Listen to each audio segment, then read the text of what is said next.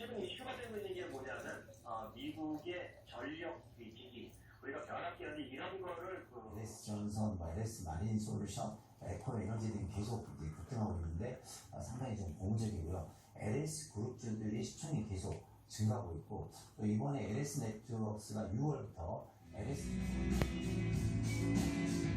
그러나 수정 의견됐습니다. 이명박 대통령도 형과 아들 본인이 수사받을 때 방해하지 않았고 특검도 받아들였습니다. 좋아서 그랬겠습니까? 국가를 우선시했기 때문입니다. 국무총리실과 법무부는 국회 다수당의 입법 남용을 견제할 수 있는 정당한 거부권 행사라고 주장했습니다. MBC 뉴스 나소영입니다. 야당은 일제히 대통령의 결정을 비판했습니다. 죄를 지었으니까 특검을 거부하는 거라는 과거 윤석열 대통령의 발언도 대통령을 비판했는데요. 예비역 해병대원들도 국회를 찾아 제1의결에서는 소신투표를 해달라며 여당에 호소했습니다. 신수원 기자가 보도합니다. 거부권을 거부한다. 더불어민주당을 비롯한 야권 7개 정당의 국회의원과 22대 당선인들까지 수백 명이 국회 본청 계단을 가득 메웠습니다. 최상병 특검법에 대해 거부권을 행사한 윤석열 대통령을 향해 날선 발언들을 차례로 쏟아냈습니다. 누가 이렇게 말했습니다. 특검을 거부하는 자가 범인이다.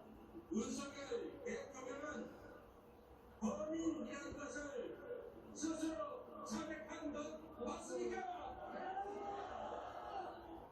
김건희 여사 특별법에 이어 가족과 자신에게 이른바 셀프 면죄부를 주고 있다며 이것이 독재이자 위헌이라고 날을 세웠습니다.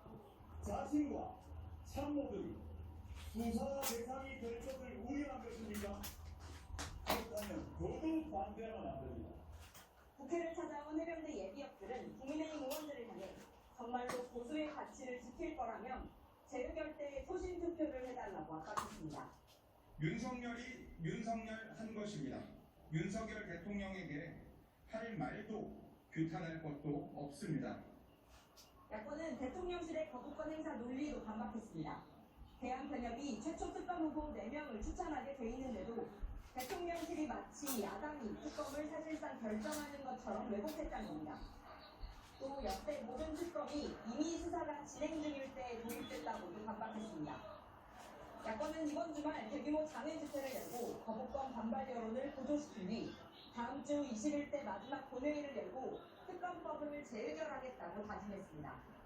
22대 국회 전반기 국회의장을 맡게 된 민주당 우원식 의원은 대통령의 거부권 남발은 상권 분립 훼손이라며 만약 22대 국회에서 최상병 특검법이 다시 발의되면 반드시 통과시키겠다고 예고했습니다.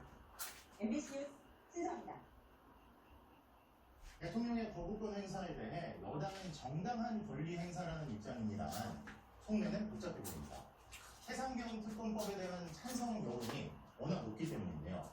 지극히 일부 의원이 개별적인 의견을 내고 있다는 원내대표의 말과는 달리 김웅 안철수 의원에 이어 유이동 의원도 특검 찬성 의견을 밝히면서 단속에 비상이 걸렸습니다.